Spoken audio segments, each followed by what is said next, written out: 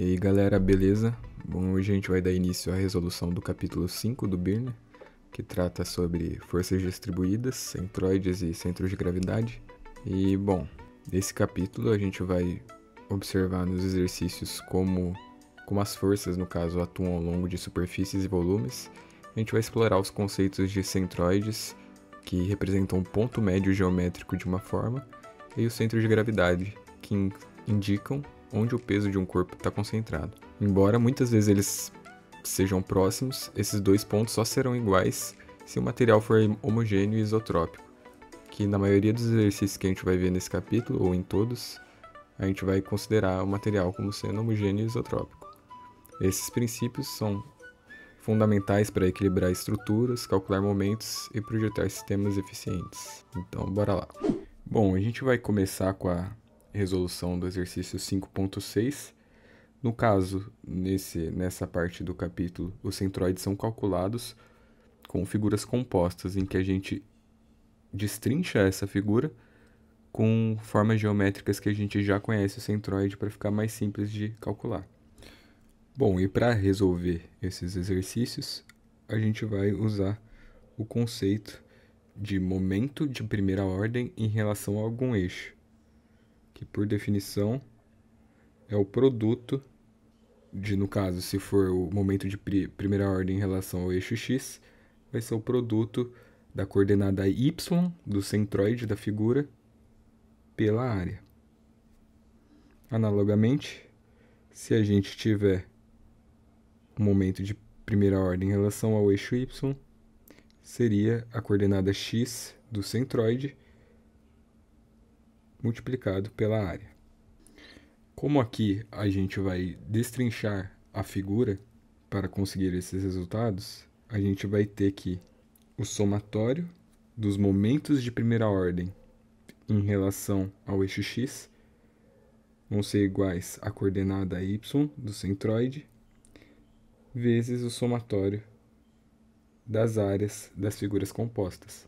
Analogamente, a gente tem a mesma coisa para os momentos de primeira ordem com relação ao eixo y.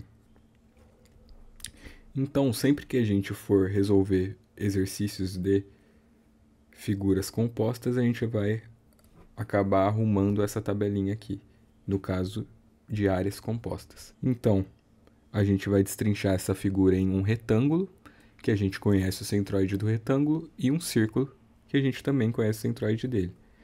No caso, esse retângulo total tem uma base de 14 polegadas e uma altura de 20 polegadas. Então, calculando sua área, a gente tem 280 polegadas quadradas. Para a área do círculo, a gente sabe que é πr ao quadrado, e a gente tem o valor do raio ali. No entanto, como essa área é um furo dentro da nossa placa retangular, essa área vai ser negativa. Calculando a área, a gente tem que πr ao quadrado é 50,26. Negativo. Realizando o somatório das áreas, que é a terceira linha da nossa tabelinha, a gente vai ter que o somatório das áreas é 229,74. Bom, como a gente definiu a figura 1 como sendo retângulo, o centro geométrico, ou seja, o centroide do eixo x só do retângulo, vai ser a metade dessa base aqui. E a metade no x, a base de 14 vai ser 7. Então,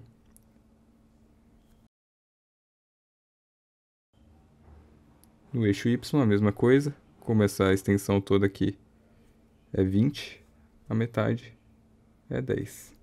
Para o círculo, a gente vai ter que o centro dele é aqui, que no caso o exercício está nos dando a coordenada em y do centro da circunferência, que é 12. E ele também nos dá a coordenada em x do centro da circunferência, que é 6. E então a gente vai calcular isso aqui, x vezes a, que a gente viu ali, que é a mesma coisa que QY, o primeiro momento em relação ao eixo y, mas aqui só da figura retangular. Então, esse x vezes a vai ser simplesmente 7, que tá aqui, vezes 280. 1960. Aqui é polegadas cúbicas, né? Como é uma dimensão vezes a área. E agora, multiplicando o y vezes a área, a gente vai ter 2.800. Agora, para o primeiro momento em relação ao eixo y da figura 2, que é da circunferência, a gente vai ter 6 vezes menos 50,26. Isso aqui vai dar um valor de 301, aliás, 0,56. Para o primeiro momento em relação ao eixo x agora, 12 vezes 50,26, isso é igual a 603,12. Negativo.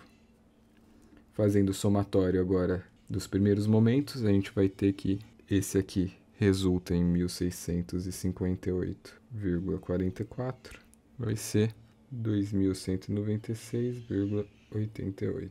Agora basta a gente substituir nessas duas fórmulas aqui e a gente vai ter que a somatória dos primeiros momentos em relação ao eixo x, que é 296,88, vai ser igual a coordenada y do centroide que a gente quer calcular, y barra, né, vezes o somatório das áreas, que é 229,74.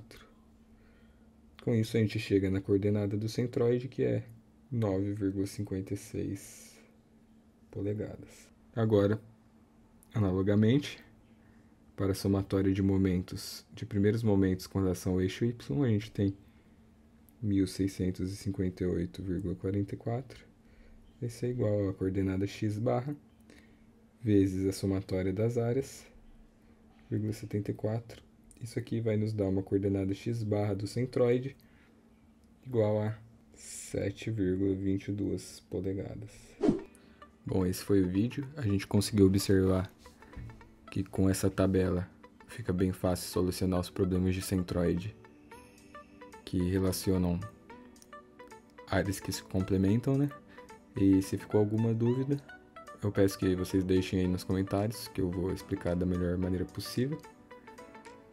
O foco aqui não é explicar os conceitos de momento, até porque tem professores bem competentes aí no YouTube para explicar a teoria, mas o foco mesmo é mostrar as ferramentas para a gente resolver esses exercícios do capítulo 5.